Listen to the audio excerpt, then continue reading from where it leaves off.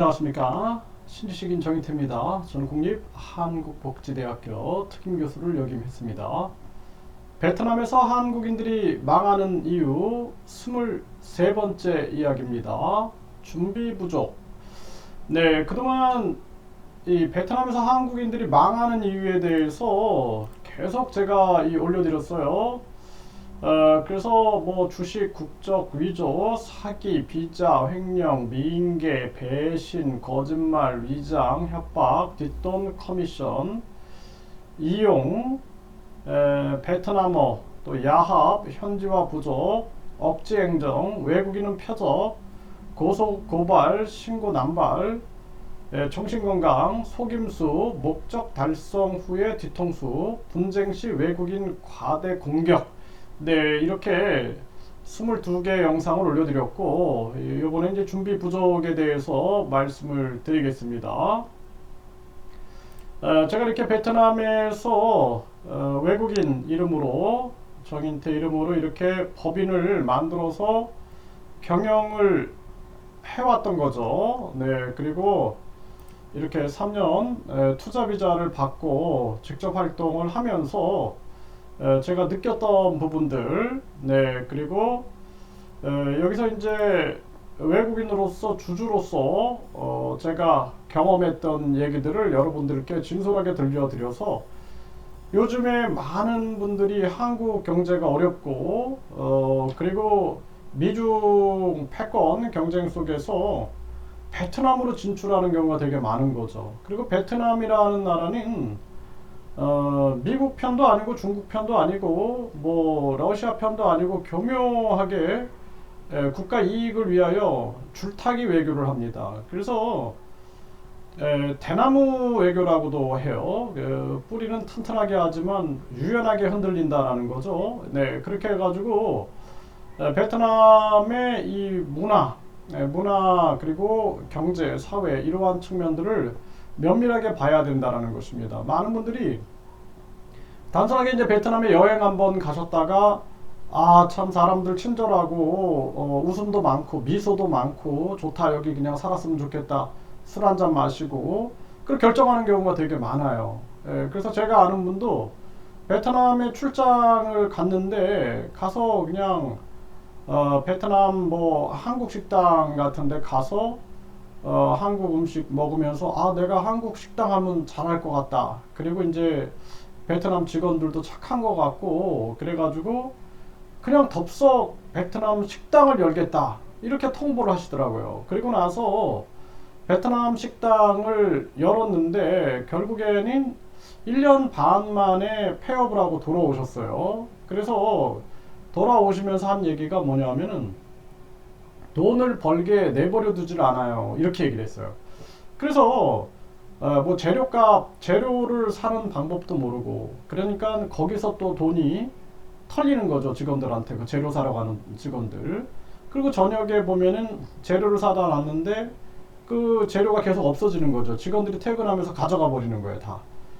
그리고 분명히 사업은 되고 있는데 손님은 있는데 남는 돈이 없고 또 뭐 경찰이나 공무원들이 와가지고 또 털어가고, 뭐 간판에 문제가 있다, 뭐 한글이 크다, 그리고 또 뭐 환경 뭐 오염 문제가 있다, 또 뭐 각종 여기저기 뭐 기부해라 뭐 해라 하면서 계속 뜯어가고, 뭐 그리고 이 베트남에서 이제 그 식당 하시는 분들 같은 경우에는 한국인 명의로 하는 게 아니라 이 베트남 사람 명의로 빌려서 하는 경우가 있어요. 그래서 베트남 사람 명의로 빌려서 하다 보니까 카드 결제를 할 때 그 카드 수입이 베트남 사람 통장으로 들어가는 거예요. 그 돈을 받기가 너무 힘들었다라는 거예요. 그 돈 달라고 가면은 안 주고, 그러니까 카드 결제하게 되면은 결국에는 이제 돈을 못 받게 되고, 또 뭐 돈을 그 명의를 빌려서 했기 때문에 또 매달 그 명의 빌린 비용, 그리고 이제 그거 자체가 불법이기 때문에 나중에는 이제 분쟁이 생기게 되고 또 나쁜 한국인들이 개입하게 되면은 그걸 이제 중간에서 팔아버리는 거예요, 딴 사람한테. 그래서 하루아침에 거지가 되는 경우도 있습니다. 굉장히 많은 위험이 도사리고 있는 곳이 이제 베트남이다, 이렇게 보시면 되고, 베트남에도 좋은 사람이 있고 나쁜 사람이 있는 거예요. 뭐 저도 베트남에서 좋은 한국인, 아주 훌륭한 한국인들도 많이 만났고 나쁜 한국인들도 많이 만났고 똑같은 거죠. 베트남에도 그 좋은 베트남 사람들도 많고 또 나쁜 또 베트남 사람들도 존재하고 있는 거죠. 그래서 베트남에서 한국인들이 망하는 이유에 대해서 제가 계속 올려드리는 이유는 앞으로 제가 뭐 베트남 창업하면서 준비할 일들, 또 베트남에 성공하려면 어떻게 해야 하는가, 이런 영상들 올려드릴 거예요. 그래서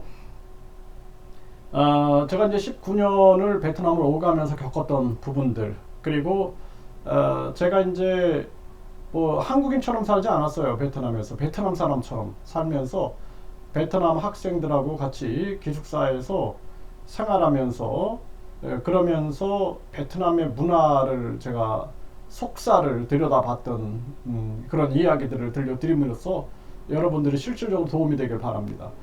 네, 베트남에서 한국인들이 망하는 이유, 네, 23번째 이제 준비 부족인데, 준비를 잘 해야 돼요. 준비 잘 못하면 안 됩니다. 그래서 제가 항상 얘기하는 게, 제가 이 베트남에서 사업하면서 참 어려웠던 부분들이 굉장히 많이 속았거든요. 뭐 이 변호사들한테도 많이 속고, 또 뭐 이렇게 직원들이 횡령을 굉장히 많이 해가지고 중간에서 돈을 받고, 이렇게 횡령을 하면서 중간에서 돈을 받고, 그리고 이제 그 고객은 회사에서 직원 관리를 못해서 터진 거 아니냐, 이렇게 해갖고 돈을 요구하는 겁니다. 그래서 제가 분명히 직원한테 돈 내지 말라 분명히 얘기했음에도 불구하고 막 우격다짐으로 우겨버리면 어쩔 수 없게 되는 거예요. 그래서 이 돈을 물어주는 그런 사태들이 굉장히 많았거든요. 그래서 이런 뭐 증명서를 계속 받아놔도 이게 안 되는 겁니다. 이거 교묘하게 이용하는 거거든요. 그래서 지금 생각하면은 저는 그런 생각을 하게 돼요.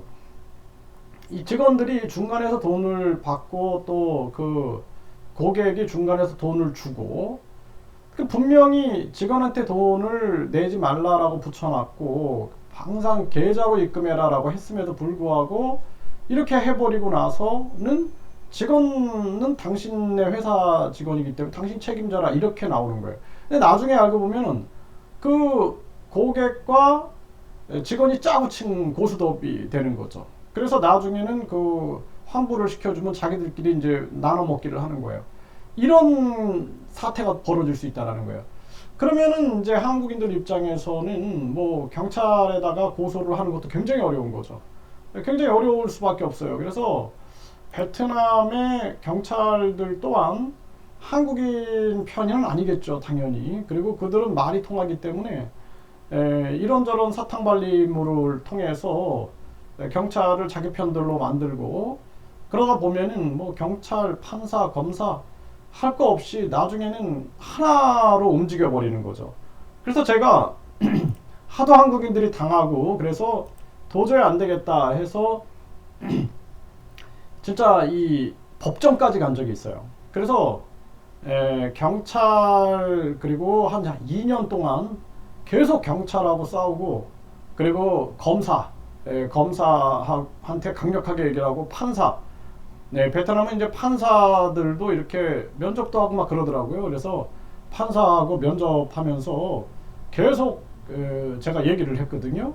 그리고 이제 한국 대사관에도 이거 한국인들이 이렇게 당하는 거 방치하면 안 된다 해가지고 이렇게 법정까지 가고, 그러면서 일들을 전개해 보니까 이게 베트남이라는 곳이 굉장히 어려운 곳이구나. 최소한 5년은 준비해야겠다라는 생각을 했어요. 그래서 그냥 뭐 예를 들어서 취업하는 건 괜찮아요. 취업은 상관없죠. 근데 만약에 베트남에서 창업을 준비하신다 그러면은 5년 동안 베트남에서 취업을 하든, 또 베트남어가 분명히 5년 공부를 해야지만이 어느 정도 베트남어를 읽고 쓰고 할 수가 있어요.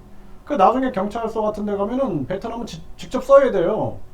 그래서 한국 같은 경우에는 경찰이 다 쳐주거든요. 쳐주고 이제 나중에 도장만 찍고 확인하는 이런 절차를 갔는데 이 조서를 베트남 같은 경우에는 직접 써야 됩니다. 직접 써야 되기 때문에 읽을 수 있어야 되고 쓸 수 있어야 돼요. 옆에서 만약에 통역사가 도와준다 할지라도 직접 써야 돼요, 자신이. 그러면 이제 통역사가 옆에서 써주는 거죠, 이렇게. 그거 보고 베껴 쓴다 할지라도 내가 내용을 모르면은 어떻게 돼요? 굉장히 어려움을 겪을 수가 있는 거죠. 그리고 뭐 경찰에서 고소장 접수하는 것부터 해가지고 그 다음에 검찰 조사 받고 재판할 때도 마찬가지죠.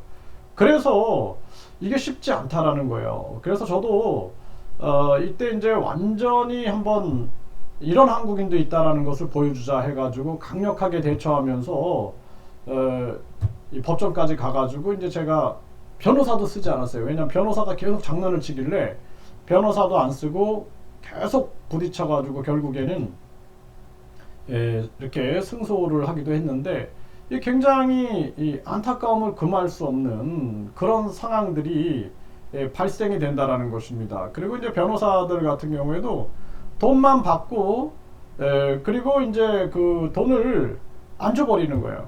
돈만 받고 그냥 자기들이 일도 안 해버리고 그리고 그냥 연락 끊어버리고 이러한 일들이 굉장히 많습니다. 그래서 그런 걸 겪다 보면은 아 이게 참 굉장히 어려운 것이구나 라는 생각을 많이 하게 돼요. 그러니까 적어도 공정과 상식이라는 거를 기대하면 안 돼요. 여기서는 공정과 상식이 기대가 안 된다. 그리고 외국인이다. 그리고 베트남 역사를 분석해 보면 제가 이제 베트남 정보와 베트남어 올려드리고 있는데 베트남 정치, 경제, 사회, 문화, 뭐 역사 이런 것들을 쫙 올려드리고 있는데 베트남의 역사를 보면 외세 침입이 굉장히 많았기 때문에 외세에 대해서 굉장히 좀 아주 속 깊은 그런 반감이 있는 부분도 있습니다. 그래서 우리가 외세는 아니지만 외국인이지만 결정적일 때는 베트남 사람들은 딱 외국인데 베트남 사람으로 쫙 갈려버리거든요. 그래서 완전히 그 전체 집단화가 돼버립니다. 집단화. 그래서 완전히 이 갈려가지고 결국에는 한국인들이 패배할 수밖에 없는 그런 상황으로 가게 되는데 심각한 문제죠. 거기에다가 한국 정부가 뭐 한국인들 편을 들어주는가. 그래서 제가 이제 항상 얘기하는 게 이 고소 지원 시스템, 대사관 영사관에서 고소 지원 시스템이 있는가. 그 교소 지원 시스템도 없고 또 뭐 그냥 변호사는 소개시켜 주겠다 요 정도예요. 네, 그건 뭐 영업하는 것도 아니고 네 그렇게 정도. 또 대사관은 외교부기 때문에 우리는 외교적 역할을 하지 사법적인 영역에 우리가 관여하지 않는다라는 부분들. 그러니까 계속해서 어려움이 많을 수밖에 없는 겁니다. 그래서 베트남에서 한국인들이 망하는 이유는 준비 부족인데 충분히 선행적으로 경험하신 분들이 요즘에는 뭐 유튜브나 블로그에 자료들을 많이 올리시니까 그런 것들도 많이 보시고 그리고 치우친 것들은 가짜뉴스 말고 진정성 있는 경험 있는 정보들을 습득하고 그리고 내가 베트남에서 창업한다 그러면은 최소한 5년을 베트남을 가서 취업을 하든 가서 베트남어를 공부하든 또는 가서 그 끊임없이 이렇게 뭐 베트남을 익숙하게 경험을 하든 이런 게 필요하다라는 거예요. 가서 살든. 뭐 물론 현실적으로 어려운 일이 많죠. 뭐 내가 돈도 안 벌고 그렇게 할 수는 없으니까. 그렇기 때문에 제일 좋은 거는 취업이겠죠. 취업. 네, 취업을 해가지고 충분한 경험을 쌓고 나서 전개한다.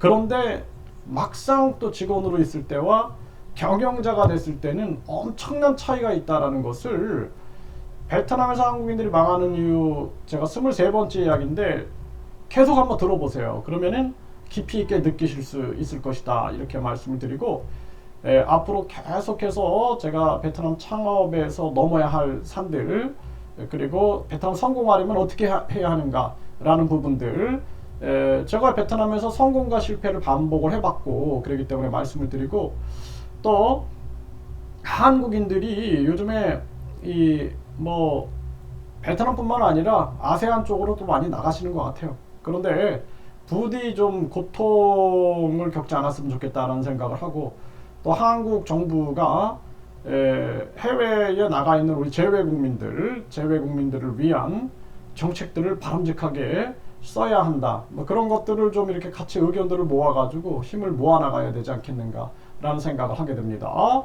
여러분들 궁금한 점 있으시면은 뭐 저한테 문자를 주시든 또는 댓글을 달아주시면 계속 영상을 이어 올려드리도록 하겠습니다.